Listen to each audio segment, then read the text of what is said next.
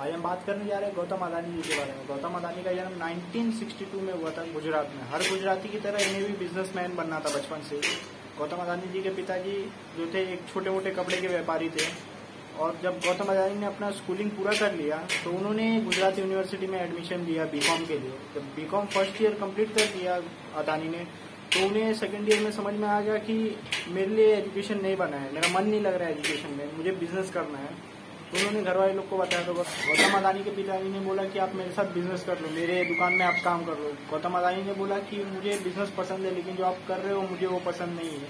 और ऐसा करके गौतम अदानी ने अपने भाई से 100 रुपया लिया और मुंबई रवाना हो गए। यहाँ आने के बाद उन्हें समझ में आया कि बिजनेस करने के लिए उन्हें पैसे की जरूरत पड़ेगी, और यहाँ आए तो वो एक डायमंड शॉप में काम करने लगे। हीरा परखने का काम करते थे वहाँ पे।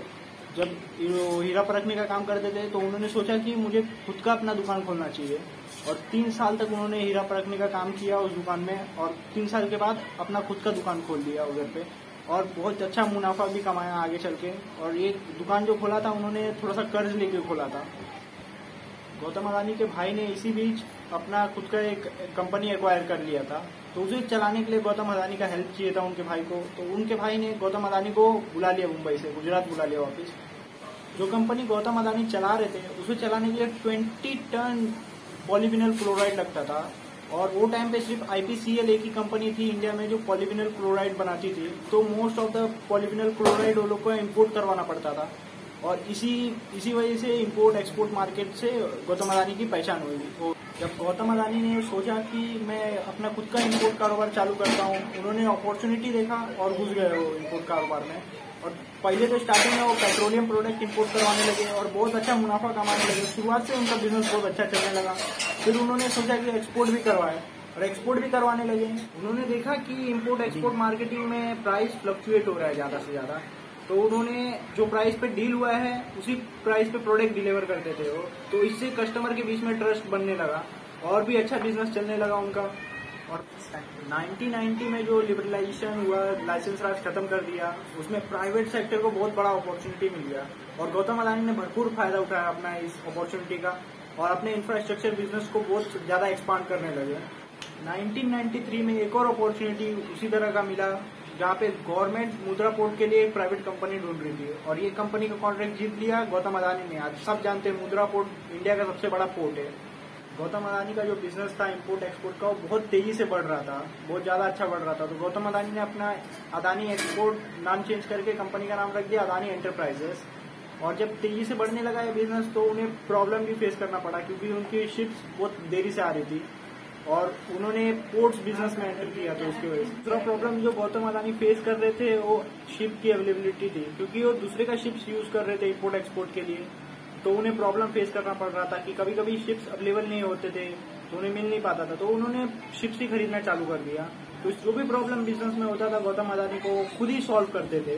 गौतम अदानी ने फिर पावर बिजनेस में एंटर किया।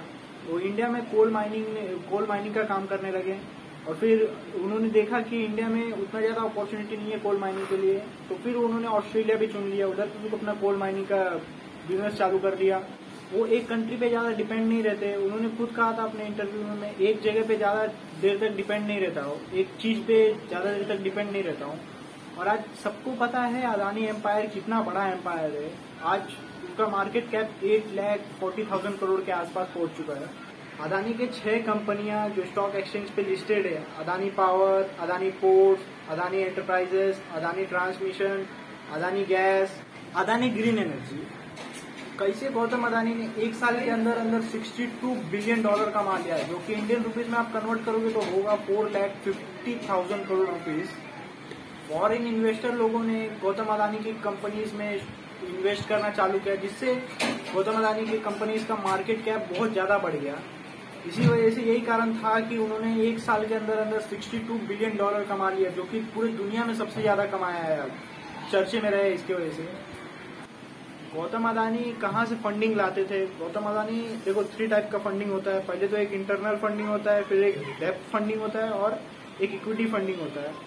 और इंटरनल फंडिंग वो होता है जो प्रॉफिट से ही आगे चल के बिजनेस चलाया, दूसरा बिजनेस खरीदा जाता है या फिर चलाया जाता है, वो होता है। और डेब्ट कर्जा लेते हैं बैंक से या फिर रिलेटिव से, किसी से भी कर्जा लेके बिजनेस चलाया जाता है। और इक्विटी फंडिंग वो होता है जो अपना शेयर बेच के फंडिंग लाया जाता है। लेकिन गौतम अडानी का जो फंडिंग आता है वो बोरविंग से आता है, वो बैंक से लोन लेते हैं मोस्टली, और उनका जो भी बिजनेस चालू किया है उन्होंने उसमें बहुत ज्यादा डेप्थ है और वो एक्चुअली खरीदने लायक नहीं है उनका कंपनी, क्योंकि बहुत ज्यादा डेप्थ होने के कारण, और उनका जो भी शेयर्स है वो सब प्लेज है बैंक के पास, गिरवी रखा है उन्होंने। आज अडानी ग्रुप इंडिया का सबसे बड़ा कोल इंपोर्टर है, तो पोर्ट ऑपरेटर है सबसे बड़ा इंडिया का, और इंडिया का सबसे बड़ा थर्मल पावर प्रोड्यूसर है इंडिया में। आज गौतम अडानी का नेटवर्थ है $66 बिलियन, जो कि अगर आप इंडियन रुपीज में कन्वर्ट करोगे तो 4,80,000 करोड़ रुपीज बनता है। गौतम अडानी ने कुछ समय पहले ही अपना अडानी फाउंडेशन चालू किया, जिसमें जो भी प्रॉफिट होता है उनकी कंपनी को, उसमें से 3% प्रॉफिट वो अपने अडानी फाउंडेशन को दे देते हैं, जिसमें स्कूलिंग के लिए पैसा दिया जाता है, बच्चों के खाने पीने के लिए दिया जाता है पैसा, और भी गौतम अडानी बहुत सारे एक्टिविटीज करते हैं अपने फाउंडेशन से। आज गौतम अडानी इंडिया के सेकंड रिचेस्ट मैन है।